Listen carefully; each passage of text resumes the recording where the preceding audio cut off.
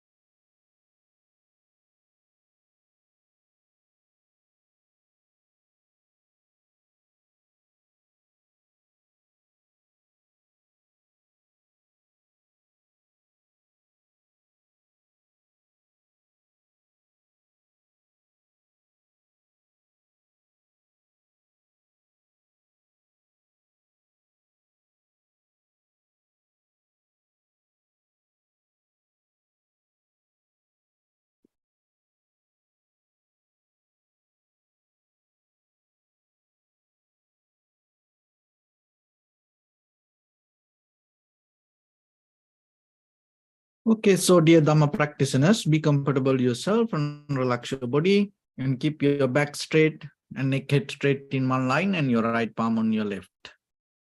So gently close your eyes and bring attention to this bell sound. And while you're focusing to the sound, mentally relax your body, relax your mind, and relax your breathing with your thoughts. So do nothing extra. Just follow the sound, please.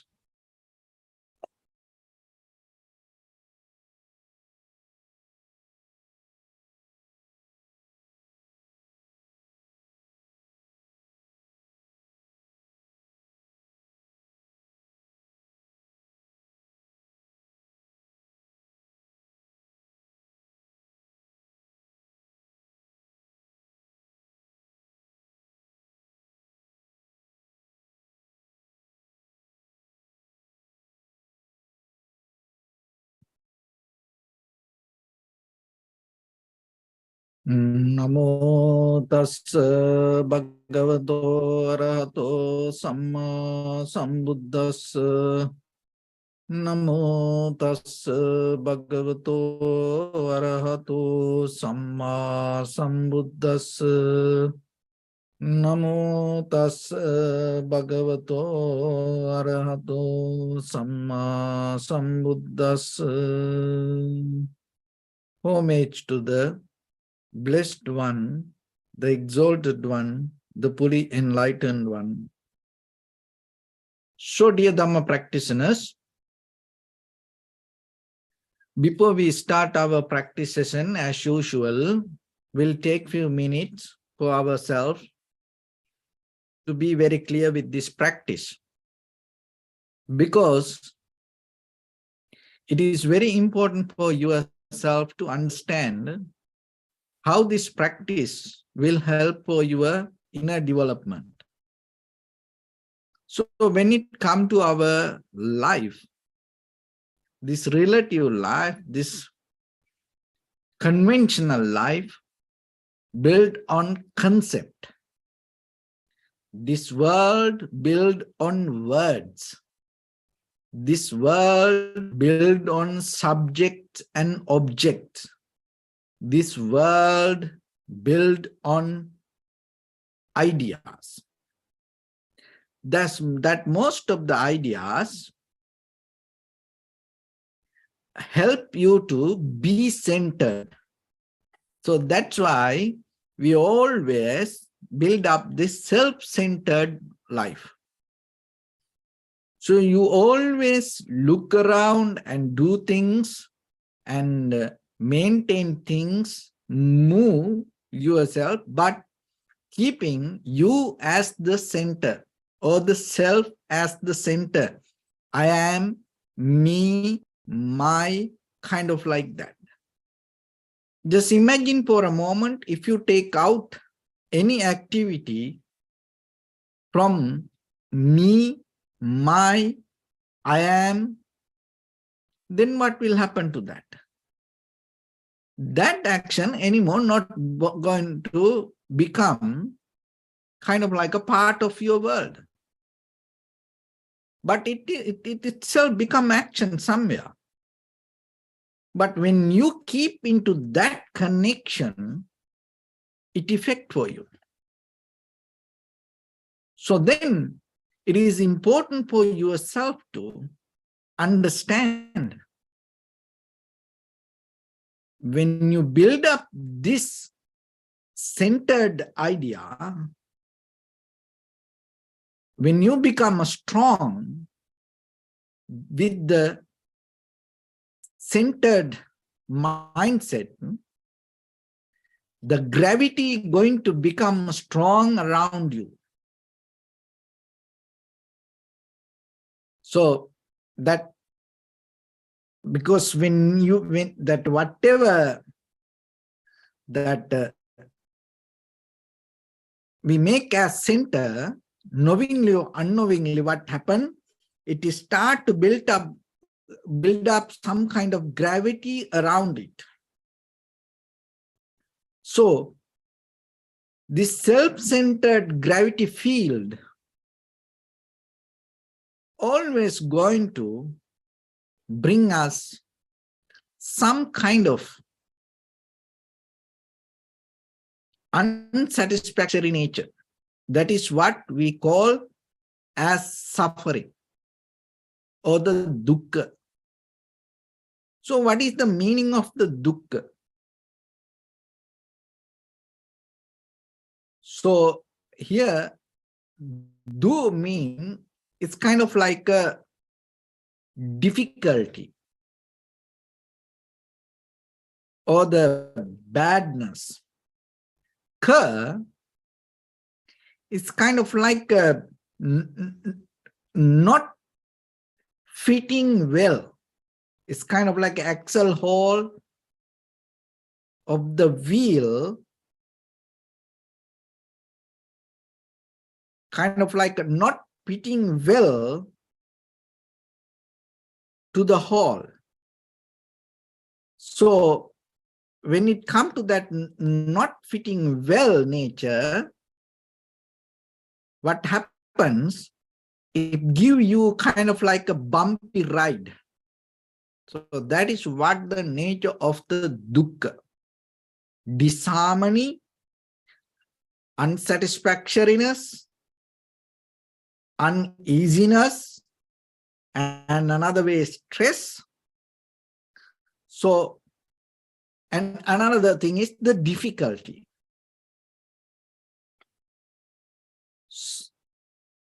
When the self-centered mind start to work, it will start to kind of like a disconnect you from something. And the very example that giving here in the Dhamma, the axle of the wheel not fitting well into the hole. The axle of the wheel not fitting well into its hole. So it's kind of like you start to grind. This is the very nature of the self-centered idea of the I am or the self. So we always hold it to that, and as a result of that, what happens? Ourselves, we create very difficulties around us. So the practicing meditation slowly release you from this bumpy ride or the grinding nature and start to take you to kind of like a different gravitational field. That is what called the Dharma. So when you are centered with the Dharma or the nature, so the nature itself doesn't mean this conventional level of what we call natural. This is nature, it's a little bit more deeper. So somehow, when you come to the center of the Dharma, you release the gravitation of the I am. So then itself, you allow that things to flow itself. So when things flow itself, it doesn't create a kind of like a unsatisfactory nature. So, but to understand this, you have to have some kind of wisdom in you. So through practicing meditation, you develop that. And that's why every day we bring different teachings or the ideas or the concept or the methods, and opening different windows to see about this practice. Because how much you understand, that much you are capable to get into practice. So this conventional level of understanding is very necessary. That conventional level of understanding we call intellectual.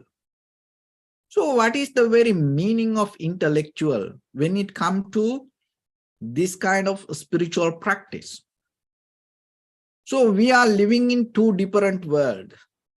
So one is conventional and other one is eternal.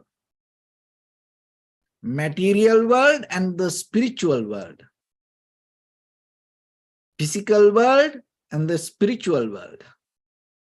So intellectual means in between this,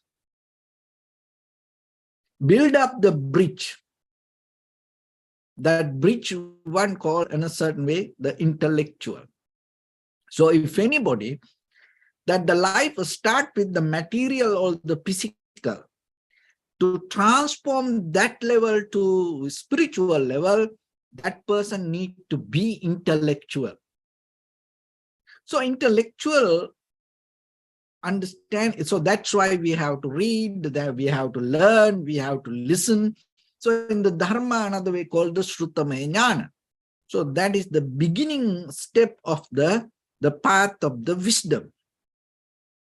So this bridge, this intellectual path, in this intellectual interference, sometimes some people misunderstand, and it's kind of like the bridge. So rather than crossing the bridge, some people stay on the top of the bridge.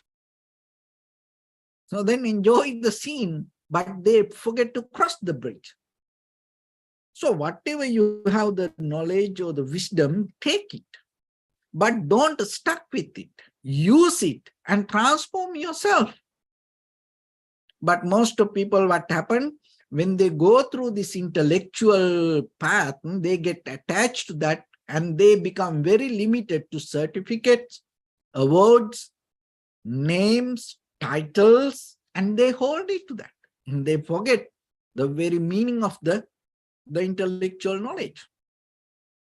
So, Dharma the same. Dharma is kind of like a bridge.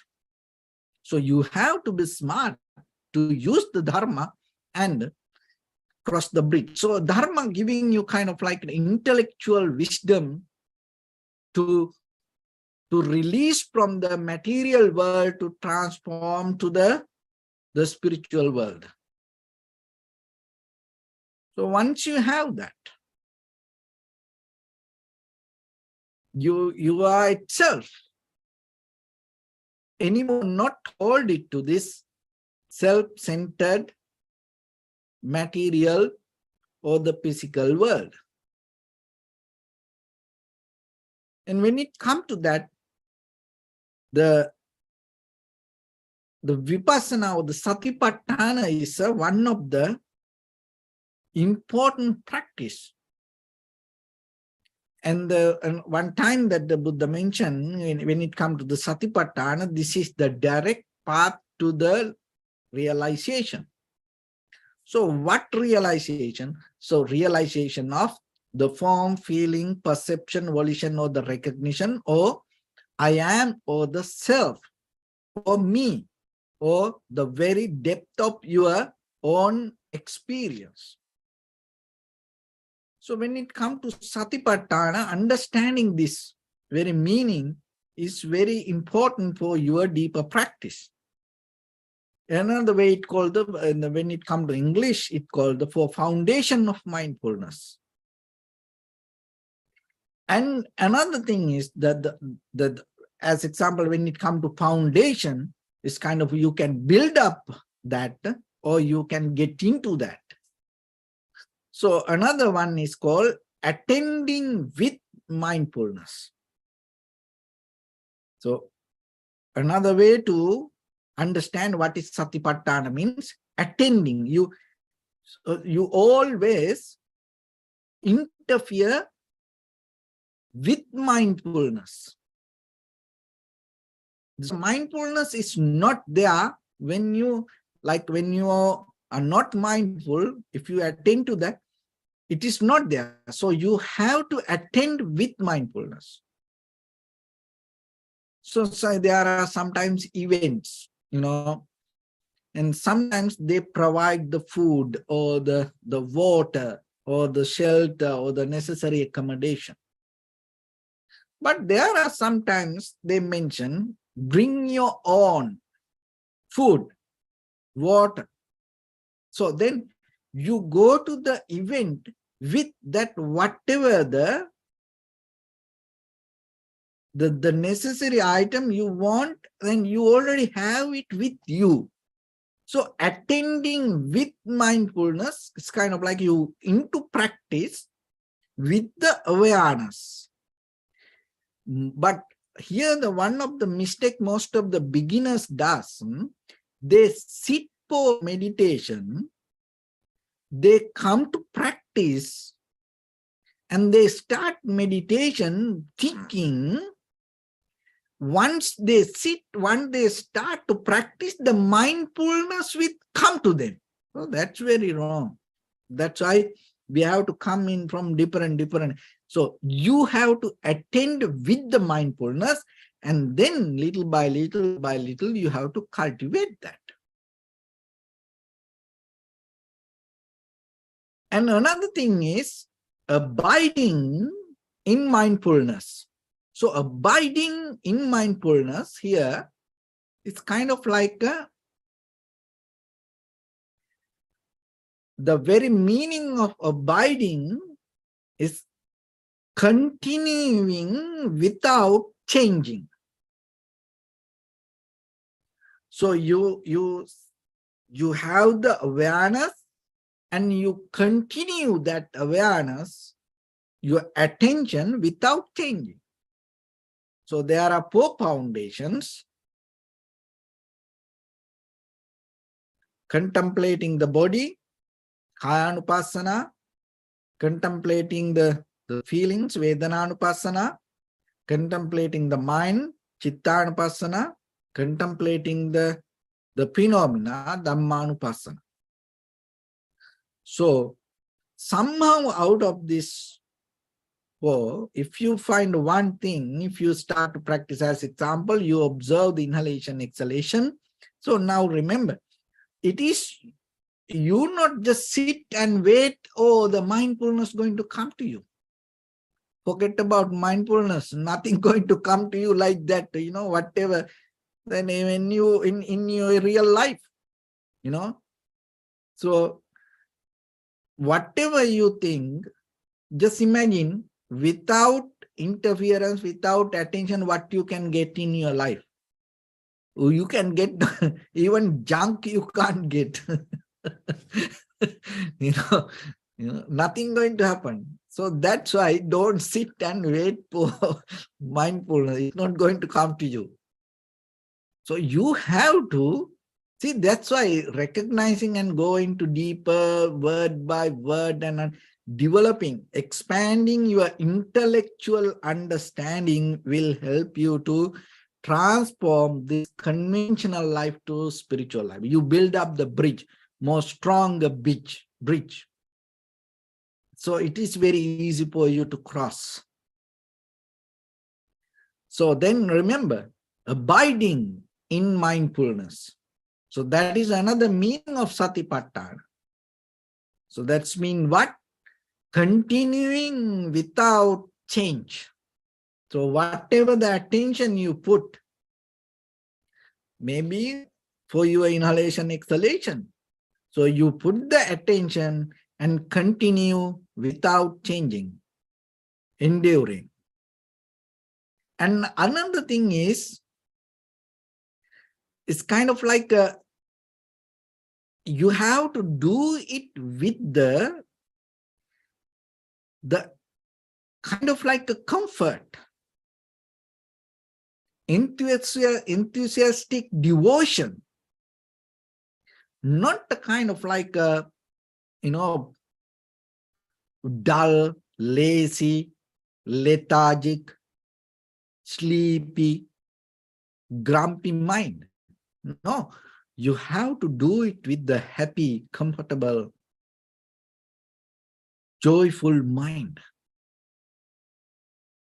So it is just not only for meditation, in your day-to-day lives. Just imagine, this is what, this in day-to-day life, it is just not only sitting for meditation and practice with the happy mind. In day-to-day life, whatever, early in the morning, when you start your day, and you have to have a kind of like this joyful, happy mind, even just for you.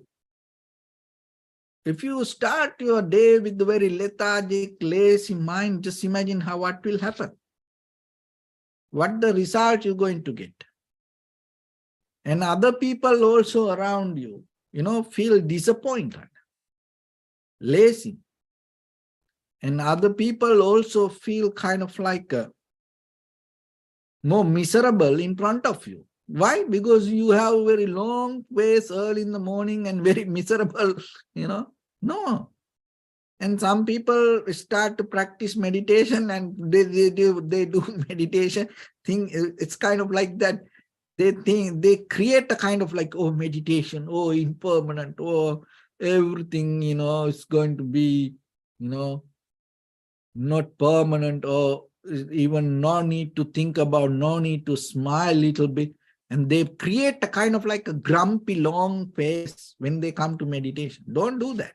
See, that's what here is telling in the Satipatthana. See that's why when it become your attitude, when you practice the meditation with that, you start to build up and understand the very behavior of the mind and the very behavior of the nature, and it will help you to apply to your day-to-day life, because the liberation is not a kind of like a miserable thing. Enlightenment is the most highest, the most advanced thing that you can gain out of this human mind. With the miserable mind or the miserable pace, you can't go into that. No, you have to have so much energy. You have to have so much confidence. So you have to have so much clarity. There is no fear. There is no sadness there. So when you develop that in you, the transformation itself, share some kind of benefit with this conventional life also. That's why whoever around the Buddha never felt miserable. Even the animals, even the trees, this invisible nature, that everything, wherever the Buddha, the trees became, it's kind of like a, gave flowers, the fruits, and all the forest became kind of like a beautiful. See why? It's because you have the same power. Wherever you are, don't be miserable, okay? Before you sit for meditation, So that's very important for you. When you start to your spiritual practice, remember this. And you have to do with the joy. You have to do with the clarity. You have to do with the happy mind. So, and you have to attend with that quality. And then what happened? You have to continue without changing. And then as a result of that, you start to change this nature of the mind. So then by the time, little by little, rather than hold it to this I am or the self-centered idea, then what will happen? So you slowly start to develop the deeper foundation with the Dharma. You become centered with the Dharma. That is where you gain unshakable mind. Because you are not holding to anything and you are accepting the change. You experience things without holding and keeping the ownership. That is very necessary. Nothing wrong with the world, nothing wrong with the people, nothing wrong with the things, nothing wrong with the situations. What's wrong with this world? The wrong thing is we try to keep the ownership, whatever not belong to us. That's the thing, That is why, you screwed up your life because, you hold into whatever not belong to you. It's kind of like, sometimes that grill, go through the heart, pain, that's why, one of my friends comes to every day for chanting, get the blessings. And yesterday he came, he was crying here, thinking telling about his ex-wife and giving hard time. And I told him, it's why you hold, because she already leave you and anymore, don't go behind her. Let her to go and have her own life. And he had the pain, she already gone and she already gone with someone and posting, the pictures. And she went to somewhere with this, snow, and she went somewhere and posting pictures on Facebook. Now he see and he get mad, disappointed. It's kind of like painful. And so what I told, it happened to us also. They remember that Dharma is not it's not separate to each and everybody. No. Whatever the Buddha went through, before he attained to the Buddhahood, it all the same like us. It's not different. That's why this Dharma is very important for us. If it is a bit different lifestyle, if it is different than us, what the point we learning about this? No. So that's why whatever the Buddha taught, remember, it's same to me and you and all of us. We all go through the same. It's not different person to person. So that's why learning these things we can understand. That's why learning this thing we can purify, we can become more better. Still we go through little by little, step by step. So it is our responsibility then, understand as much as we can and get the purification to ourselves. Otherwise, it's going to become difficult for you. So that difficulty means what? That difficulty means not fixing that the wheel, axle hole, and together. And then you get the bumpy ride. Don't get it. Of course, we're going to get it, but you can minimize it.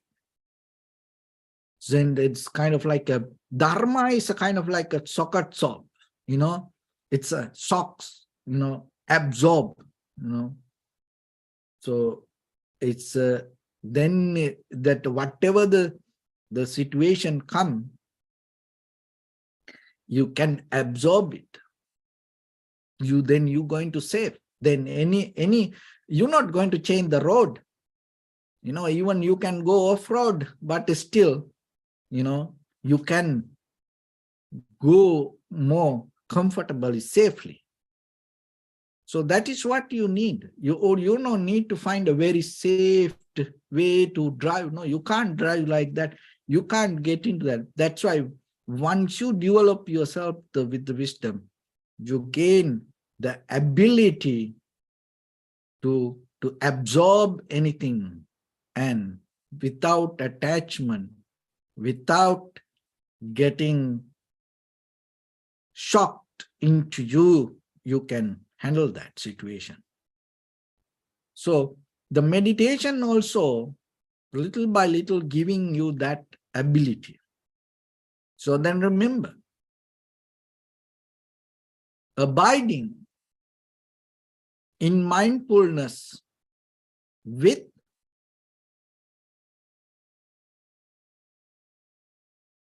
happy, comfortable, with the kind of like a devotion, and with the energetic mind, it's very necessary. So, and once you enter that, another word it called the gochara. The gochara means, it's a very important word. The gochara means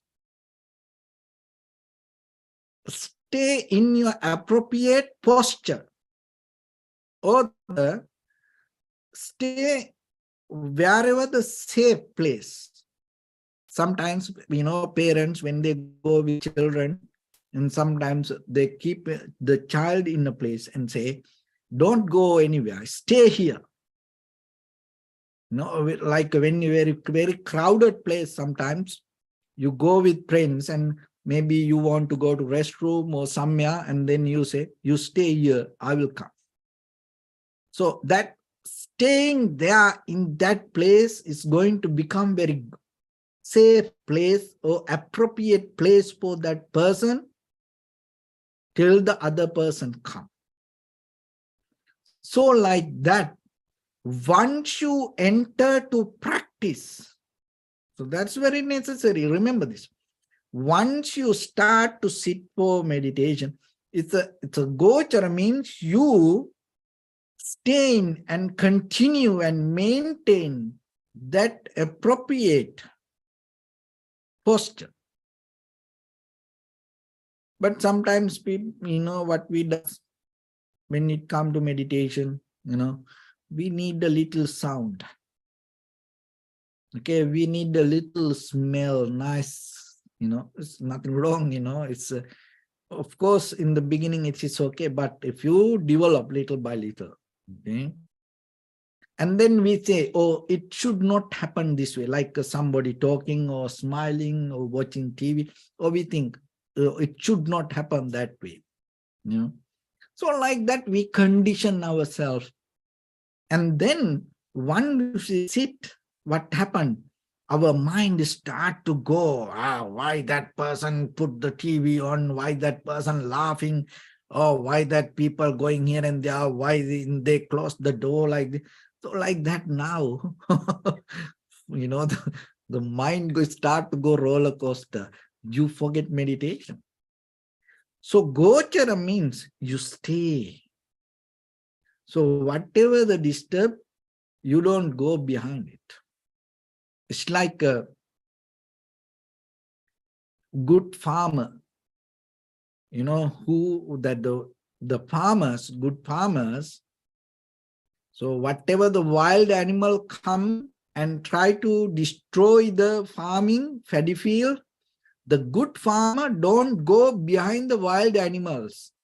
What the good farmer does, good farmer protect without leaving the field, he protect the field. So you have to do that. When you start to observe the sensation of inhalation, exhalation, so it's kind of like your paddy field, your awareness, sensation. So then when the disturb come, it's kind of like a wild animal. You don't go behind them. You stay again and again, you protect, you be here. But most of the time, you suddenly forget, and even you don't know you're breathing or breathe out. No. So that's why, remember, those are very basic principles. And that is how you develop your mindfulness. You become more focused. And even other thing is, don't do it with the unhappy mind, because then it becomes your attitude. Then what will happen? After meditation also, you become unhappy, sad, worried, you get mad, angry. Don't do that. So that's why you have to be very careful and understand properly. And once you develop with that, then you recognize deeply this moment by moment what we experience is not permanent. And then you deeply can understand, even though we have the address here, we are not permanent resident. It's just a very conventional level of idea. There is not going to be anyone permanent residence. That permanent residence means, for a conventional level of, while we are living here, until we die, this is all going to go. So otherwise, we not told it, oh, I am here like this forever. No, sometimes people think that's why even they die, a ghost, demons, they're going to come back. And why? Because they believe it's belong to them. So you no need to be like that. So before you die, you have to understand. So for that, there are few things you have to reflect on you, not about other things. Forget about other things. It's all about you, because this all centered with you. That's why I mentioned from the beginning, this gravitational field about the world or the samsara centered with the idea of self. So once you recognize in the middle of this all, it's just concept or the words or the ideas or the thoughts or the patterns or the believing system. Comparison, there is nothing else. Once you recognize that, you release that. For that, what you need to do, the one thing is you always have to reflect on, I am nature to get old, decay. I am nature to get sick. I am nature to die. So always reflect on that. It's not a dogma. It's not a kind of like something believing. No, it is really what is happening to you. You just start to magnify little by little, and observe carefully. Always remember that. You are subject to get sick. You are subject to get change, decay, and die. You are not permanent. Believe that. Because we always believe the other side. That's why you gain this bumpy ride. So don't have it. Get settled down, centered with the Dharma, and allow this gravitational field to go around the Dharma. And that is where you become more and clear. And out of that all, you gain the freedom. So that freedom is the very beginning of liberation.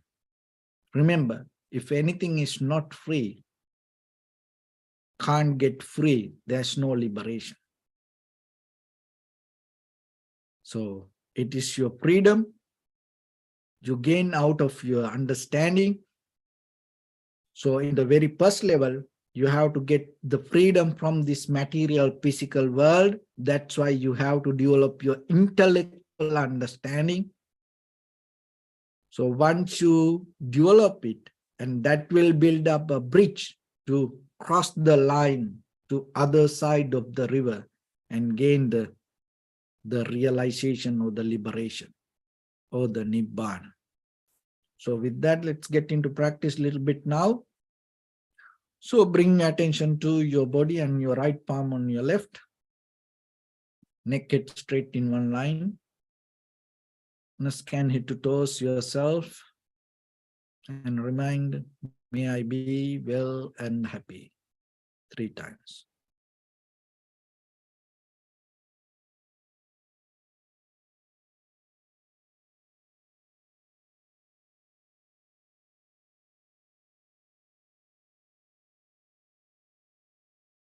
Take a moment and think. We gathered here in this moment to practice this ancient meditation technique.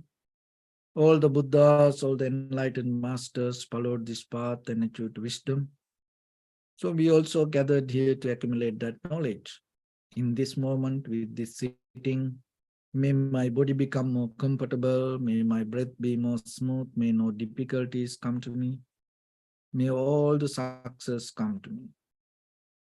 Also think for a moment, this is the last moment we're spending in this very lifetime, and detach your mind from all your past memories and as well as any kind of future thoughts. Just try to remain in the present moment, observing the sensation of your inhalations and exhalations. So in the beginning, deeply and gently, breathe in, breathe out 3 times and find the sensation, please.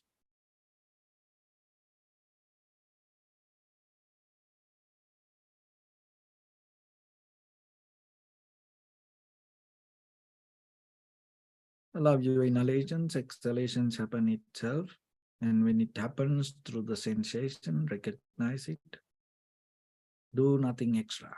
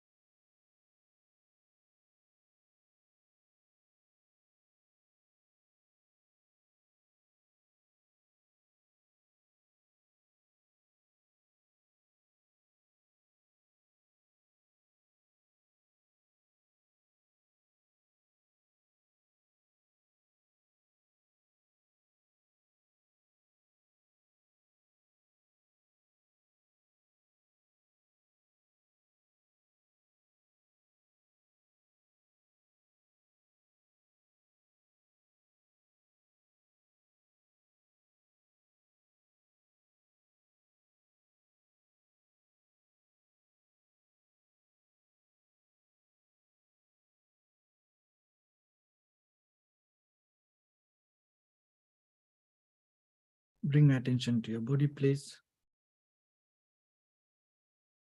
Observe your posture.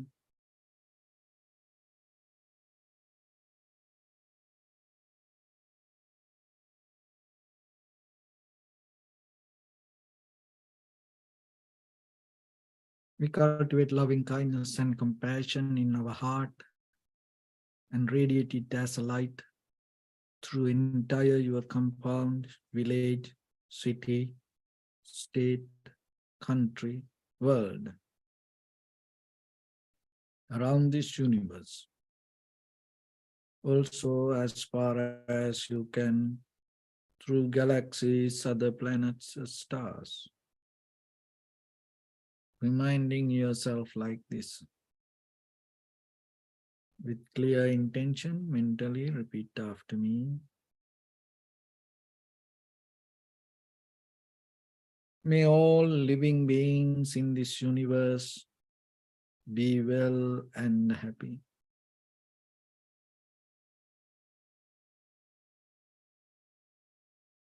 May everyone be happy and safe. And may their hearts be filled with joy.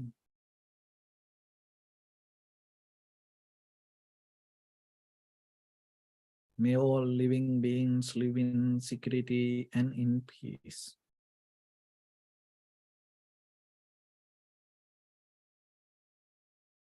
Beings who are frail or strong, tall or short, big or small, visible or not visible, near or far away.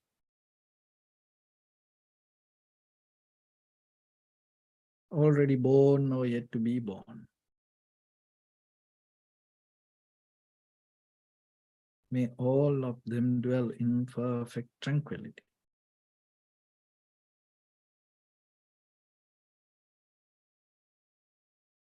Let no one do harm to anyone. Let no one put the life of anyone in danger. Let no one out of anger or ill will wish anyone any harm.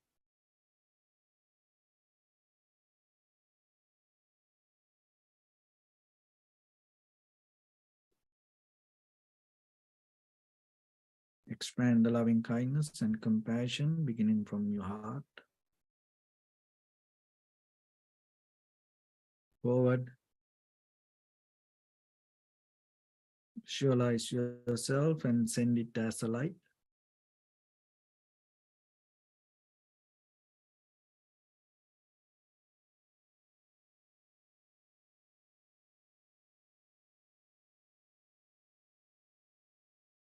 To your backside.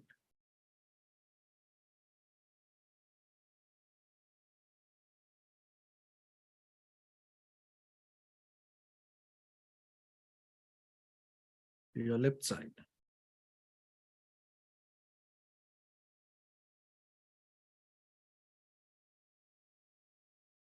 And to your right side.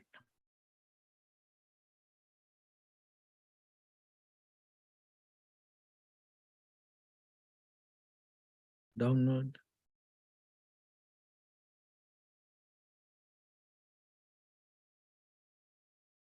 And upward.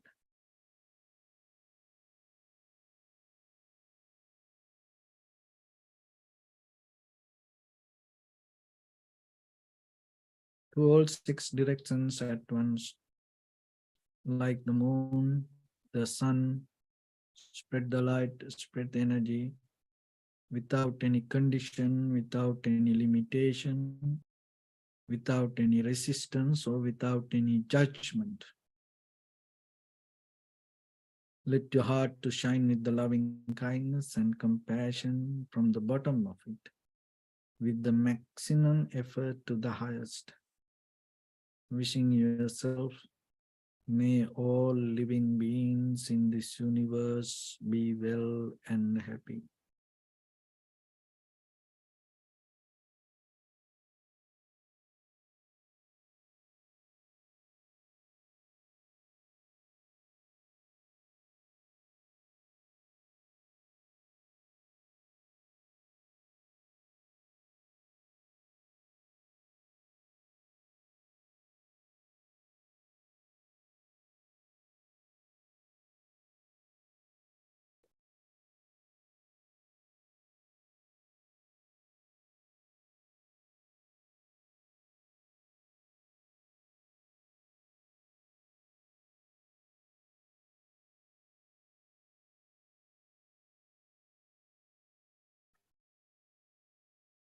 Say sadhu, sadhu, sadhu. So first of all, we offer this practice to the great qualities of the Buddha, Dhamma, and the Sangha. And also by the power of this meritorious deed, may all of us attain to the supreme bliss of Nibbana. May all your guardian angels and deities will receive these merits and increase their longevity and protect all of you from any kind of planetary influences or any ill effects. Ittavata chammi sampadam punya sampadam sabbe deva anumodantu sabba sampatti siddhya. Sabbe bhuta anumodantu sabba sampatti siddhya. Sabbe satta anumodantu sabba sampatti siddhya. Imaya dhamma nudhamma patipattiya buddham pujemi dhammam pujemi sangham pujemi. Attaya imaya patipattiya jati jara vyadhi maranam ha paribunjissami. Idamme punya kammang asavakkaya vahang hotu sabba dukkha pamuncatu. Bless you.